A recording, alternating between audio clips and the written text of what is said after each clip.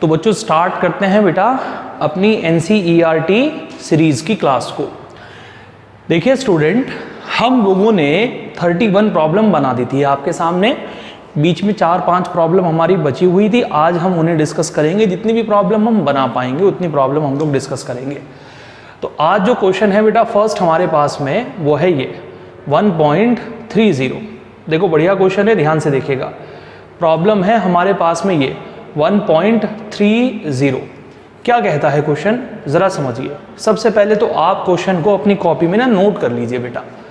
सबसे पहले क्वेश्चन को नोट कर लीजिए आप लोग अपनी कॉपी में, उसके बाद हम बात करेंगे आगे।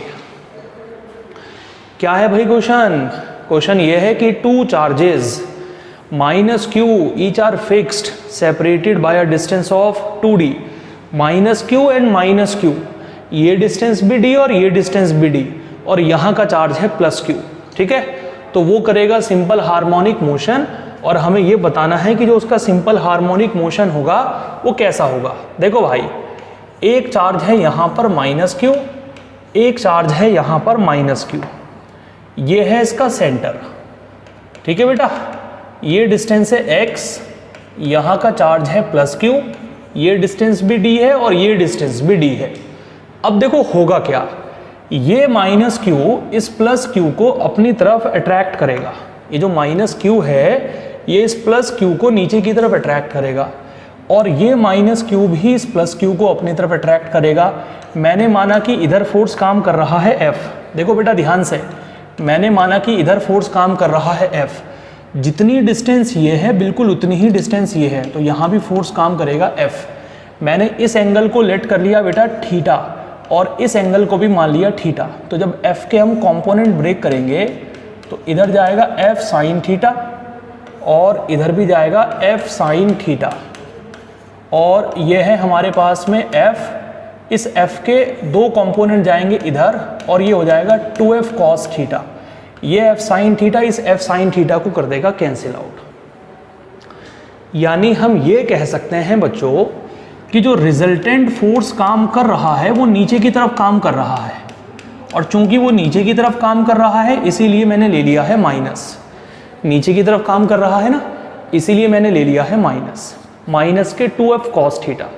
यानी यहाँ पर रिजल्टेंट फोर्स इतना काम करेगा बेटा। चलो लिखते हैं आगे।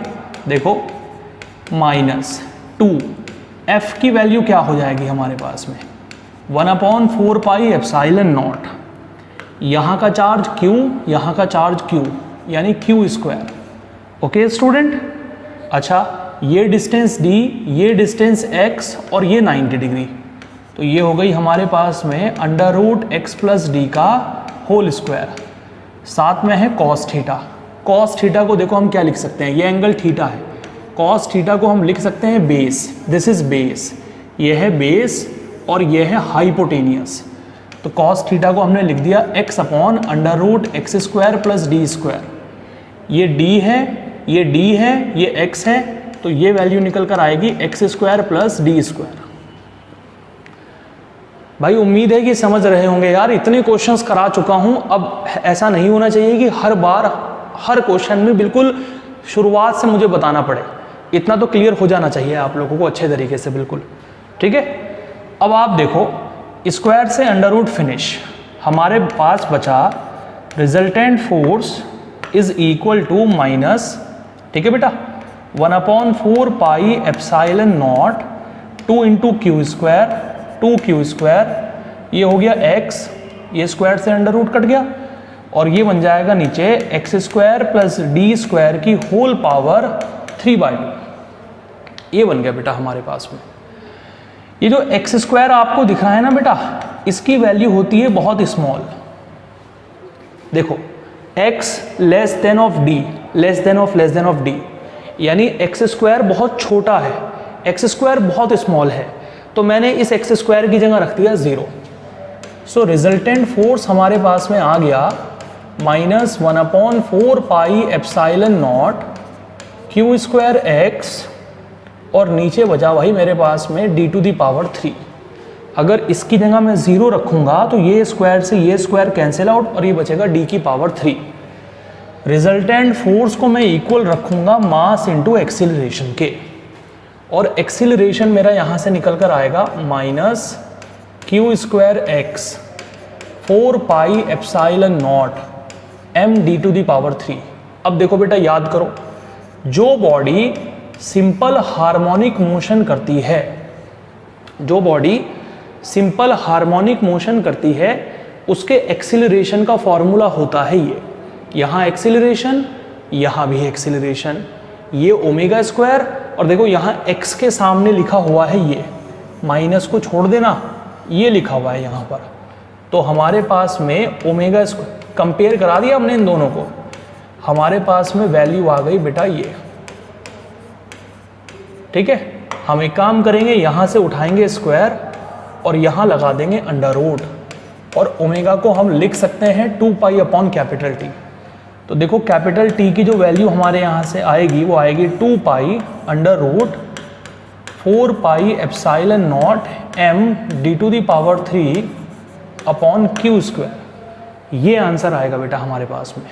सॉल्व कर लोगे ना, यही आंसर मिलेगा, चिंता मत करो। जब ये 2 अंदर पहुँच जाएगा ना, देखो ध्यान से, जब ये 2 हमारा अंदर पहुँच जाएगा, हमने कुछ ये 2 छोड़ दिया है भाई, हमने ये 2 हमारा चल रहा था, इसे मिस कर दिया हमने, सॉरी, ये 2 क्यू स्क्वायर ये आएगा, ये 2 हमने मिस कर दिया था यहाँ पर। ठीक है, तो ये आंसर बेटा हमारे पास में निकल कर आएगा। इसे सॉल्व करोगे तो यही बन जाएगा। ऐसे हम क्वेश्चन को बनाएंगे, ऐसे हमारा टाइम पीरियड निकल कर आएगा। ये माइनस क्यू इस प्लस क्यू पर फोर्स लगाएगा इधर, ये इस पर फोर्स लगाएगा, रिजल्टेंट इधर काम करेगा। तो ये माइनस क्यू, ये जो प्लस क्यू है ना, ये ऐसे भागेगा, नीचे चला जाएगा, फिर ऊपर भागेगा, फिर नीचे भागेगा, फिर ऊपर भागेगा, और ऐसे मोशन करना स्टार्ट कर देगा बेटा, ऐसे। और ऐसे मोशन करते हुए इसका जो टाइम पीरियड होगा वो इतना होगा, जो मैंने अभी जस्ट कैलकुलेट किया है आप लोगों के सामने। ठीक है, बहुत अच्छा क्वेश्चन है, जिसे बोलते हैं बहुत बढ़िया प्रॉब्लम। और जिन बच्चों के कंसेप्ट्स क्लियर है ना, वही इस क्वेश्चंस को पकड़ पाएंगे। वैसे मैंने पढ़ा सबको बढ़िया तरीके से रखा है, ऐसे क्वेश्चन मैंने करा भी रखे हैं, तो आप लोगों को समस्या होनी नहीं चाहिए बच्चों। ठीक है, करिए जल्दी से नोट डाउन, फिर हम लोग बढ़ेंगे आगे।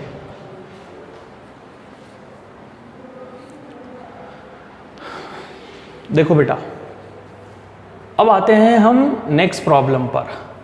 देखिए स्टूडेंट, नेक्स्ट जो प्रॉब्लम है हमारे पास में वो है 1.29। बढ़िया क्वेश्चन है भाई। सबसे पहले आप इस क्वेश्चन को ना नोट कर लो अपनी कॉपी में। सबसे पहले आप इस क्वेश्चन को नोट कर लो अपनी कॉपी में। ये क्वेश्चन थोड़े बड़े बड़े हैं, तो थोड़ा टाइम लगेगा इनके अंदर। अभी इसके बाद फिर 2 क्वेश्चन और बच जाएंगे हमारे पास में, फिर हम उन्हें सॉल्व करेंगे। तो पहले नोट कर लो अच्छे तरीके से अपनी कॉपी के अंदर, फिर हम देखेंगे कि हमें क्या क्या कैलकुलेट करना है इन क्वेश्चंस में। ठीक है, चलो पढ़ते हैं हम प्रॉब्लम क्या है। There is another useful system of units besides the SI MKS, a system called CGS। यानी हमारे पास में MKS और SI के अलावा भी एक CGS सिस्टम होता है। हम सब जानते हैं कि CGS सिस्टम होता है। In this system Coulomb's law is given by, इस सिस्टम में कूलम्स लॉ ऐसे लिखा जाता है। CGS सिस्टम में कूलम्स लॉ को हम ऐसे लिखते हैं बेटा, के नहीं लिखते हैं। यानी कूलम्स लॉ में हम 1/4 पाई एप्सिलॉन नॉट लिखते हैं ना, CGS सिस्टम में कूलम्स लॉ को कुछ ऐसे लिखा जाता है, आप लोग ध्यान रखिएगा। ठीक है, उसके बाद हम लोगों को क्या कहा, देखिए, where the distance R is measured in centimetre, F in dyne, यानी डिस्टेंस तो हो गई है इतनी, फोर्स हो गया है इतना, and the charges in electrostatic unit 1 ESU, ESU है बेटा, ESU, जिसकी वैल्यू है हमारे पास में 1/3 into 10 to the power -9 coulomb. ठीक है, अब देखो हमें क्या निकालना है, हमें निकालना है show that the coulomb's law in CGS units yields 1 ESU of charge is equal to 1 dyne की पावर 1/2 और सेंटीमीटर। हमें डायमेंशन निकालनी है, कितनी होगी। देखो यार, सवाल तो बढ़िया लग रहा है देखने में, चलो करते हैं सॉल्व। कैसे निकालेंगे, सुनिए बात को ध्यान से। हम कहेंगे coulomb's law in CGS unit, coulomb's law in CGS unit, force is equal to एक चार्ज दूसरा चार्ज अपॉन डिस्टेंस स्क्वायर। समझ में आ रही बेटा बात? यानी हमारे पास में ये वैल्यू होगी, ठीक है। अब आप देखो भाई, एक बात बताओ आप मुझे, फोर्स की यूनिट क्या होती है? फोर्स की यूनिट होती है डाइन। आर स्क्वायर इधर चला जाएगा, ये बन जाएगा सेंटीमीटर स्क्वायर। चार्ज की यूनिट है यहाँ पर ESU और ये भी है हमारे पास में ESU। तो ESU into ESU, ESU square, square हटाएंगे तो इधर लग जाएगा हमारे पास में ESU is equal to dyne की पावर 1/2 और ये हो गया सेंटीमीटर। समझ आ रही है बेटा बात? अब देखो हम कैसे सॉल्व करेंगे। ESU इज इक्वल टू, भाई डाइन क्या है? डाइन फोर्स की यूनिट होती है स्टूडेंट। ये जो डाइन है ये होती है फोर्स की यूनिट, और फोर्स की डायमेंशन होती है हमारे पास में ये MLT-2 की होल पावर 1/2 और सेंटीमीटर को हम लिख सकते हैं लेंथ, ठीक है। ये डाइन यानी फोर्स की हमारे पास में डायमेंशन है बेटा, और साथ में है L। करें सॉल्व, हमारे पास में बनेगा मास की पावर 1/2, लेंथ की पावर 3/2 और T की पावर -1। देखो मास की पावर 1/2, लेंथ की पावर 1/2 और यहाँ है लेंथ की पावर 1, मल्टीप्लाई करेंगे तो पावर जुड़ जाएंगी और ये आएगा T की power -1। This is the dimension of ESU। ये जो ESU है ये है चार्ज की CGS यूनिट, ये चार्ज की CGS यूनिट है स्टूडेंट, ठीक है। तो ESU की डायमेंशन आ जाएगी हमारे पास में ये मास की पावर 1/2, लेंथ की पावर 3/2 और T की पावर -1। ध्यान रखिएगा CGS यूनिट में कूलम्स लॉ का फॉर्मूला ये होता है 1/4 एप्सिलॉन नॉट नहीं होता है बेटा। CGS यूनिट के अंदर 1/4 एप्सिलॉन नॉट नहीं होगा, सीधा KQ/R² होगा। ये हो गया है हमारा फर्स्ट क्वेश्चन का आंसर। उम्मीद है कि समझ आ गई होगी बात। जल्दी से नोट करो, फिर हम लोग बढ़ेंगे आगे बेटा।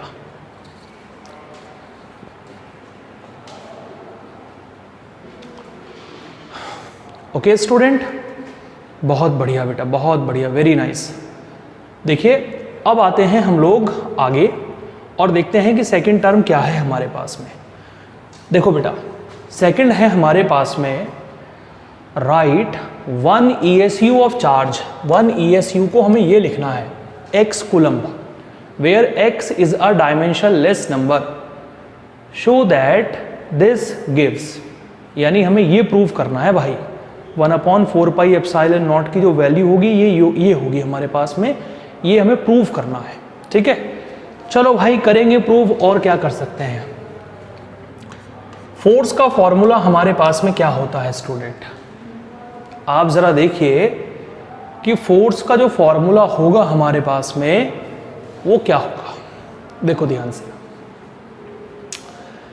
भाई, फोर्स की वैल्यू होगी हमारे पास में 1/4 epsilon not Q1 into Q2/R²। ये हमारी फोर्स की वैल्यू है बच्चों, ये है हमारी फोर्स की वैल्यू, ठीक है। समझ में आ रही बात? हमें निकालनी है इसकी वैल्यू, तो हमने ये लिखा यहाँ पर 1/4 epsilon not FR² Q1 into Q2, ये लिख दिया बेटा हमने 1/4 epsilon not FR² Q1 into Q2। अब देखो हम कैसे निकालेंगे आंसर। 1/4 एप्सिलॉन नॉट, ठीक है भाई। F की वैल्यू है हमारे पास में 10 की पावर -5 न्यूटन, 1 डाइन यानी 10 की पावर -5 न्यूटन। क्वेश्चन में ऊपर दे रखी थी हमें, डिस्टेंस है 10 की पावर -2 का होल स्क्वायर। समझ आ रही है बेटा बात? ओके, यहाँ है हमारे पास में Q1 को हम लिख सकते हैं 1 ESU और Q2 को भी हम लिख सकते हैं 1 ESU, ठीक है। ये लिख दिया हमने इसे 1 ESU इंटू 1 ESU। अब आप देखो 1/4 एप्सिलॉन नॉट 10 की पावर -5 और ये लिख दिया हमने 10 की पावर -4। ये क्या लिखा हुआ है यहाँ पर? 1 ESU, क्या लिख सकते हैं हम 1 ESU को? हम 1 ESU को लिख सकते हैं, ये भी हमें ऊपर गिवन दिया गया था, और 1 ESU को हम ये लिख सकते हैं। ओके स्टूडेंट, 1 ESU को हम ये लिख सकते हैं, ऊपर हमें गिवन दिया गया था, और यहाँ 1 ESU को हम ये लिख सकते हैं। अब आप देखो, जब हम इसे सॉल्व करेंगे तो फाइनली हमारा आंसर निकल कर आएगा 9 × 10 की पावर 9। फाइनली हमारा ये आंसर निकल कर आएगा बच्चों 9 × 10 की पावर 9। बेटा फोर्स की वैल्यू हमें गिवन दी थी 1 डाइन। इस 1 डाइन को हम लिख सकते हैं 10 की पावर -5 न्यूटन। डिस्टेंस की वैल्यू हमें दी थी 1 सेंटीमीटर, जिसे हम लिख सकते हैं 10 की पावर -2 मीटर। चार्ज की वैल्यू दी है 1 ESU, जिसे हम लिख सकते हैं 1/3 × 10 की पावर -9 कूलम। तो हमने वैसा ही किया, फोर्स की जगह हमने ये लिख दिया, डिस्टेंस की जगह हमने ये लिख दिया, और चार्ज की जगह हमने ये लिख दिया, और कैलकुलेट किया तो ये हमारा आंसर आ गया। और यही हम लोगों को करना था बेटा प्रूफ, यही हम लोगों को प्रूफ करना था। तो उम्मीद है कि क्वेश्चन आप लोगों को समझ में आ गया होगा। तो आज की क्लास में हम लोगों ने डिस्कस की है बेटा 2 प्रॉब्लम। एक क्वेश्चन हमने आपको बताया है क्वेश्चन नंबर 1.30 और 1.31। ये दोनों क्वेश्चन बहुत इंपॉर्टेंट है for JEE mains and NEET entrance exam. 1.30 and 1.31 दोनों के दोनों क्वेश्चन मैं आपको करा चुका हूं, और दोनों क्वेश्चन बहुत बहुत बहुत बहुत ज़्यादा इंपॉर्टेंट है। खूब प्रैक्टिस करिए इन दोनों क्वेश्चंस की, जितनी ज़्यादा आप कर सकते हैं बेटा, ठीक है। इसके बाद हमने आपको बताई है ये प्रॉब्लम 1.29। ये भी क्वेश्चन बढ़िया है। इस क्वेश्चन से आप ये सीखते हैं कि एसआई सिस्टम में कूलम्स लॉ का फॉर्मूला क्या होगा, 1/4πε0 Q1 Q2/r², और CGS में फॉर्मूला क्या होगा, कैपिटल Q स्मॉल Q/r²। समझ में आ रही है बेटा बात? ओके। अब हमारे पास में बची हैं सिर्फ 3 प्रॉब्लम। एक है बेटा हमारे पास में 1.26, एक है 1.27, और एक है हमारे पास में 1.28। इन तीनों प्रॉब्लम को हम डिस्कस करेंगे नेक्स्ट क्लास में, और नेक्स्ट क्लास में उम्मीद है कि ये एग्जाम्पलर का जो काम है ये भी हमारा फिनिश हो जाएगा, और फिर हम आप लोगों के पहुंच जाएंगे बेटा डाउट्स पर, ठीक है। अच्छे से अपना काम करते रहिए, कहीं कोई परेशानी आती है तो हमसे डिस्कस करिए, ठीक है। Okay student.